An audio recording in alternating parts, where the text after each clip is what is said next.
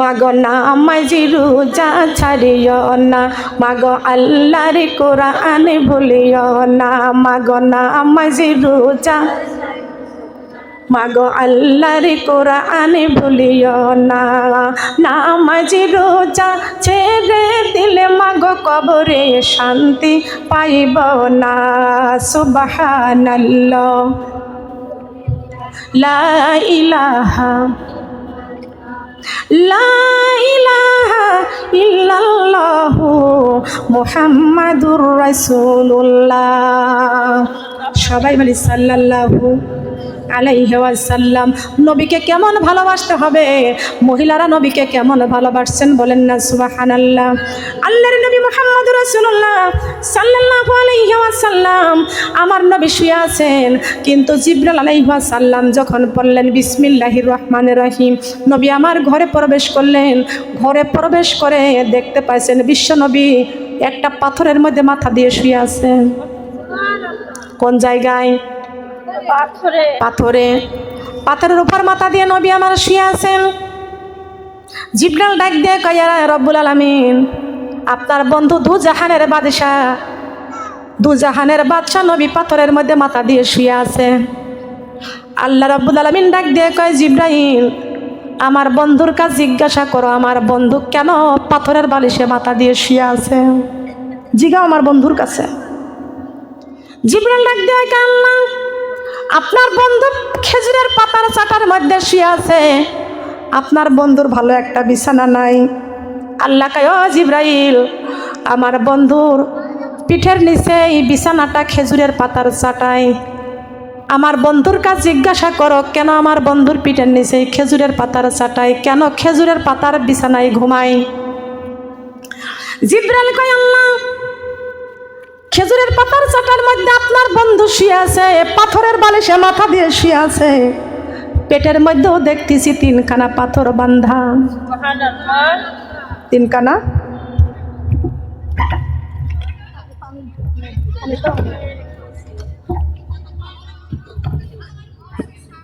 তিনখানা পাথর বান্ধা। কথা কোন ঠিক না বেঠি? জিবরাইল ডাক দেয়া বলতেছেন, আপনার বন্ধুর পেটের মধ্যে তিনখানা পাথর বান্ধা, কেন আপনার বন্ধু এত কষ্টের মধ্যে আছে? আল্লাহ কয়, জিবরাইল, আমার বন্ধুর কাছে জিজ্ঞাসা করো। জিবরাইল ডাক দিয়ে কয়, রব্বুল আলামিন, আপনার বন্ধু সাধারণ কোনো মেম্বার নয়, সাধারণ কোনো চেয়ারম্যান নয়, সাধারণ কোনো এমপি নয়, সাধারণ কোনো মন্ত্রী নয়, আপনার বন্ধু দুজাহানের বাদশা। আপনার বন্ধুকে ডাক দিয়া ঘুম ভাঙানোর এত সাহস আমার নাই, এত সাহস আমার নাই। আল্লাহ কয়, জিবরাইল, আমার বন্ধু তো ঘুমায় না, সামান্য দুটা চোখ বন্ধ করে আছে। সুবহানাল্লাহ বলেন। এ জিবরাইল, আমার বন্ধু ঘুমায় না রে, আমার বন্ধু ঘুমায় না, আমার বন্ধুর দুইটা চোখ মাত্র বন্ধ করে আছে, আমার বন্ধুর চোখ বন্ধ, আমার বন্ধুর অন্তরটা কান্দে, রব্বি হাবিলি উম্মাতি, রব্বি হাবিলি উম্মাতি।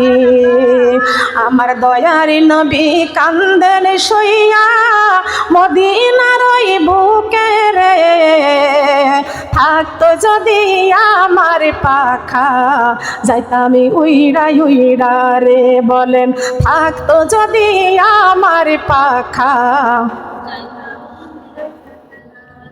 থাকতো যদি আমার পাখা, বলেন বলেন সবাই বলেন, থাকতো যদি আমার পাখা চাইতাম উইরা উইরা রে, বলেন, থাকতো যদি আমার পাখা। চাঁদের গায়ে দাগ রয়েছে সূর্য তাপে ভরা, আমার দয়ার নবীর গায়ে দেখো শুধুই নূরের তোরা। সুবহানাল্লাহ বলেন। চাঁদের গায়ে দাগ রয়েছে সূর্য তাপে ভরা, আমার দয়ার নবীর গায়ে দেখো শুধুই নূরের তোরা। ওই নবী আমার কান্দের শুধুই উম্মতের লাগিয়া রে, থাকতো যদি আমার পাখা যাইতাম উইরা উইরা রে। বলেন থাকতো যদি আমার পাখা। নবীর আঙ্গুলি গুলি সরু ছিল, লম্বা দুটি হাত বিজলের মতো পারি করে দিবেন পুলসিরাত। আল্লাহু আকবার বলেন। পুলসিরাত পার করে দিবেন কে? আমার নবীজি। পুলসিরাত পার করবেন কে? সাফায়াতের কান্ডারিকে। আমার নবী সাফায়াতের কান্ডারি। জিবরাইল কয় রব্বুল আলামিন আপনার বন্ধু খেজুরের পাতার চাটার মধ্যে ঘুমায়, আপনার বন্ধু পাথরের বালিশের মধ্যে মাথা দিয়ে শুয়ে আছে, আপনার বন্ধু দু জাহানের বাদশা 3 দিনকার পাথর বান্দা খায় না, ক্ষুধার্ত অবস্থায় আছে। আল্লাহ আপনার বন্ধু কত কষ্ট করতেছে। আল্লাহ কয় জিবরাইল আমার বন্ধুর কাছে জিগাও বন্ধু আমার কেন খেজুরের পাতার চাটাইতে শুয়ে থাকে, কেন বন্ধুর মাথার পাথরের বালিশ, কেন আমার বন্ধুর পেটে 3 খানা পাথর বান্দা। ও জিবরাইল আমার বন্ধুকে ডাক দাও, জিজ্ঞাসা করো। জিবরাইল কয় আপনার বন্ধু দুনিয়ার কোনো সাধারণ এমপি নয়, মন্ত্রী নয়, আপনার বন্ধু দু জাহানের বাদশা। এমন বন্ধুকে ডাক দেওয়ার সাহস আমি জিবরাইলের নাই, আমি জিবরাইলের নাই।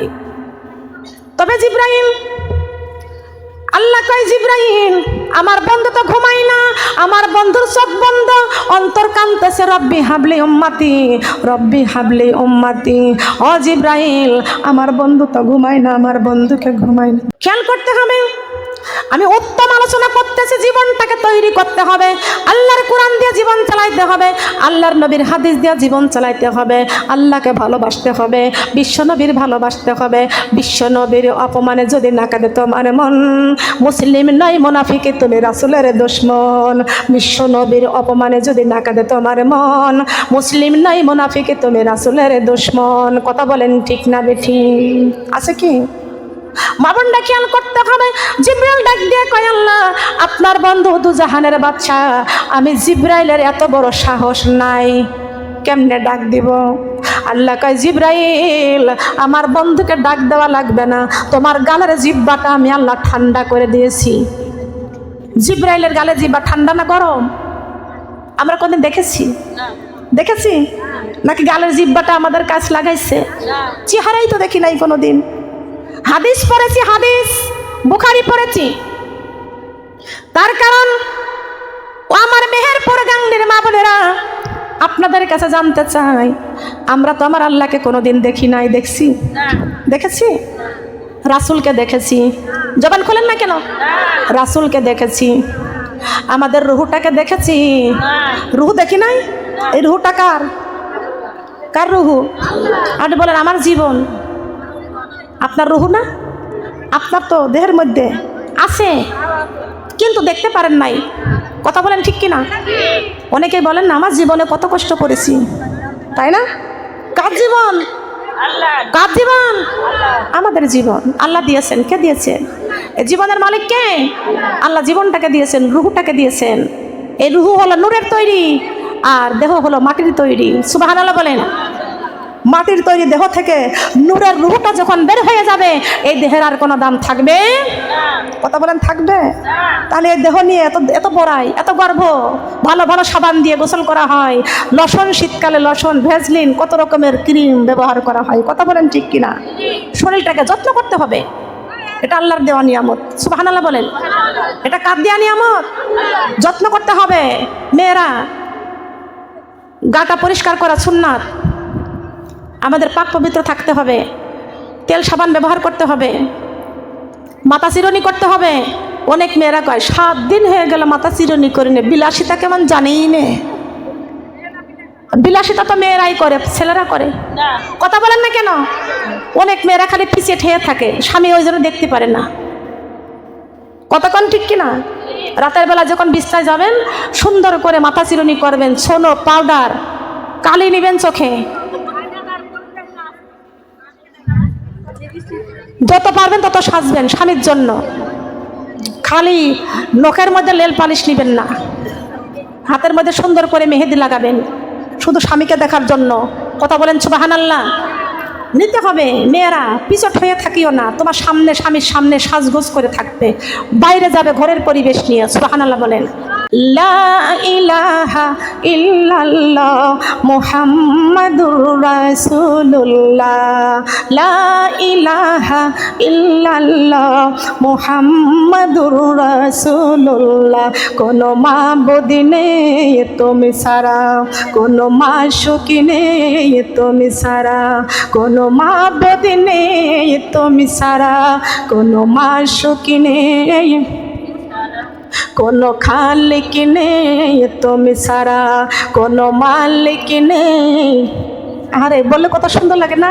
কোনো খালিক নেই তুমি, বলেন, কোনো খালিক নেই তুমি ছাড়া, কোনো মালিক নেই, কোনো মাবুদ নেই তুমি ছাড়া, কোনো মাশুক নেই তুমি ছাড়া।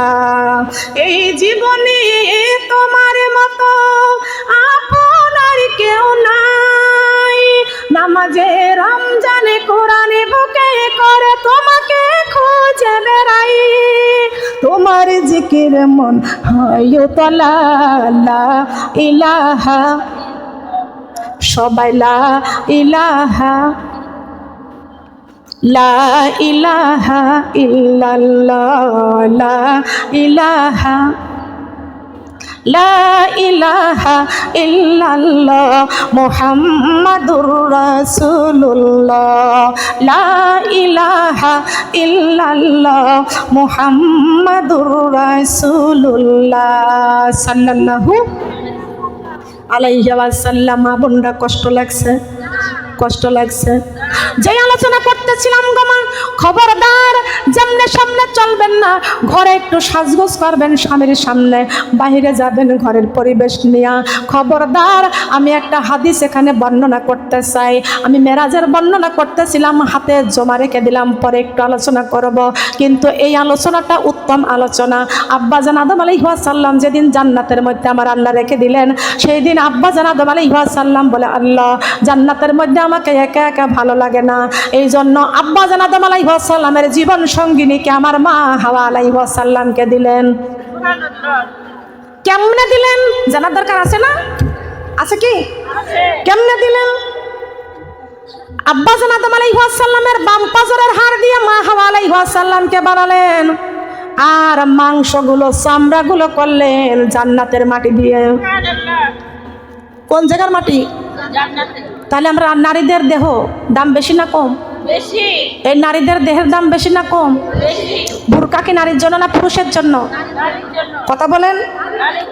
এখন পুরুষরা শার্ট প্যান্ট দিয়ে সারা শরীর ঢেকে রাখে, আর মেয়েরা হাফ প্যান্ট পরে। কথা বলেন ঠিক কিনা? কি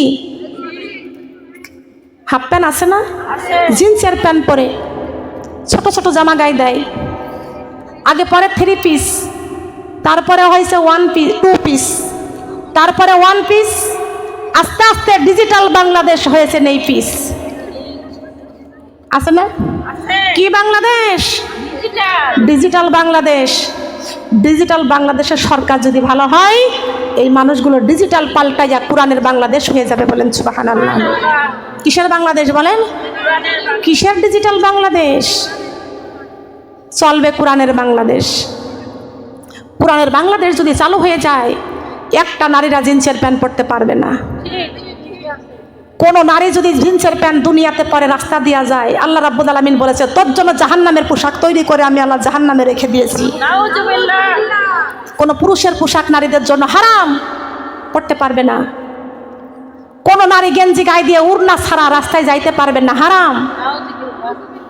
করোনার ভিতরে সরকার আইন করেছিল, কথা বললে কষ্ট হয়, জাহান্নাম থেকে বাঁচার জন্য বলতেছি। আজকে আমাদের গ্রামের, এই গ্রামের মেম্বার চেয়ারম্যানরা যদি বলে, এই গ্রামের একটা মেয়ে চুল খুলে রাস্তায় চলতে পারবে না, এই মেম্বার চেয়ারম্যানরা যদি আইন করে, মেম্বারের মেয়ে, চেয়ারম্যানের মেয়ে, মেম্বারের আত্মীয়, আশেপাশে সবাই যারা আছে সবাই বুরকা পরে চলতে হবে। মেম্বার চেয়ারম্যান যদি আইন পরে, একটা মেয়েরাও জিন্সের প্যান্ট পরে রাস্তায় বের হতে পারবে না। কথা বলেন ঠিক কিনা? মেম্বার চেয়ারম্যান হলে দায়িত্ব পালন করতে হবে, দরকার আছে কি আছে না? মেম্বার চেয়ারম্যানের দায়িত্বই তো, তারা হলো দেশপ্রেমিক, তারা দেশ চালাবে। দেশ চালাবে, দেশ চালাবে কি মেয়েদেরকে জিন্সের প্যান্ট দিয়ে? কথা বলেন। মেয়েরা কেন জিন্সের প্যান্ট পরবে? আল্লাহ কয় পুরুষের পোশাক নারীদের জন্য হারাম, পুরুষের পোশাক পুরুষরা পরবে, নারীদের পোশাক নারীরা পরবে। কথা বলেন ঠিক কিনা? আমি এক জায়গায় মাহফিলে গিয়েছিলাম, তার পরিবারে মার্কেট করে, তো 2 মার্কেটে ঢোকা লাগে না কাউকে, এক মার্কেট থেকে সব পোশাক সারে। তার কারণ বাবাও পরে জিন্সের প্যান্ট, মেয়েও পরে জিন্সের প্যান্ট, তার বউ পরে জিন্সের প্যান্ট। তো মার্কেট খোঁজা লাগে, বারবার সব জায়গায় যাওয়া লাগে, ঘোরা লাগে। আমার কথা কি কষ্ট লাগছে শোনারা? বাবা জিন্সের প্যান্ট পরেছে, মেয়ে কলেজে যাচ্ছে জিন্সের প্যান্ট পরে। কথা বলেন ঠিক কিনা? গায়ে গেঞ্জি দিয়েছে টাইট, মেয়ে টাইট গেঞ্জি গায়ে দিয়েছে, আর বাপ লুজ শার্ট পরেছে। বাপ বলতেছে আমার দেহর চাইতে আমার মেয়ের দেহটা বাহিরের মানুষ দেখুক, ওই বাবা আগে জাহান্নামে যাবে। কথা বলেন ঠিক কিনা? লক্ষ্য করতে হবে। আমি ঢাকাতে মাহফিলে যাইতেছিলাম গাড়িতে, শুক্রবারের দিন ছিল, ওখানে জুম্মার দিনে। আপনারা কষ্ট পাচ্ছেন? শিক্ষার জন্য কথা বলছি।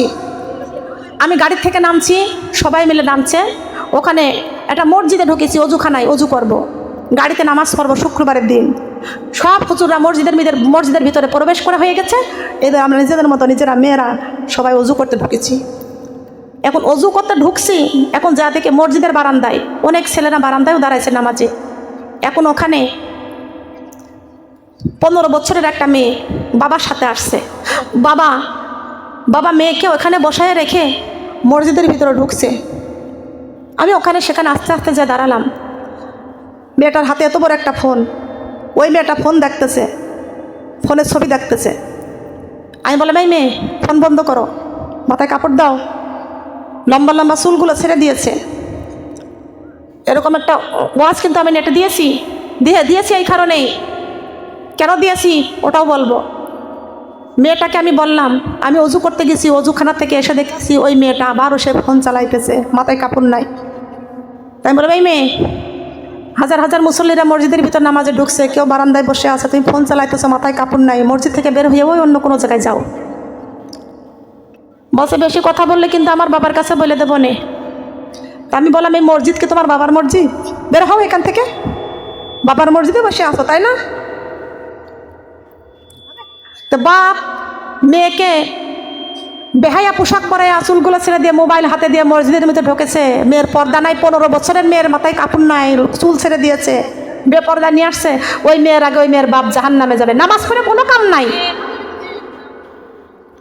কথা বলেন ঠিক কিনা?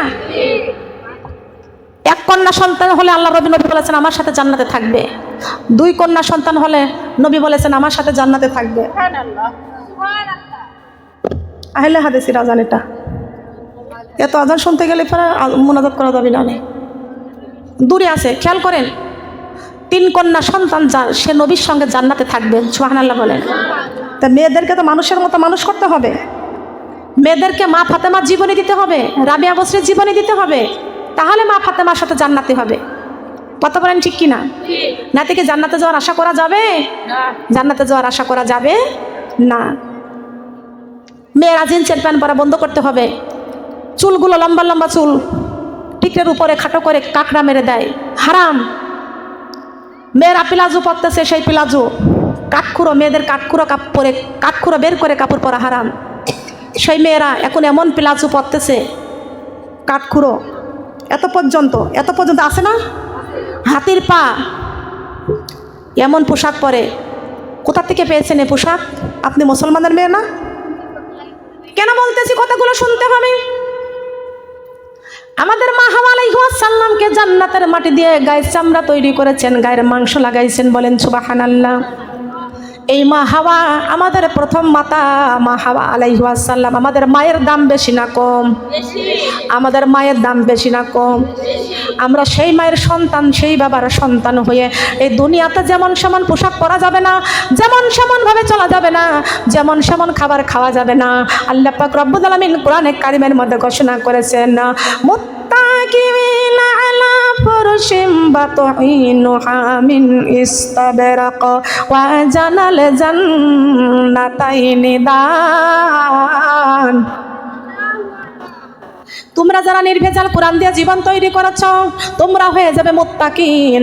আর মুত্তাকিনদের জন্য আল্লাহ রাব্বুল আলামিন জান্নাতের রেশমি দেওয়াল রেখে দিয়েছেন, আর রেশমি দেওয়ালের সাথে হেলান দিয়ে বসে থাকবে।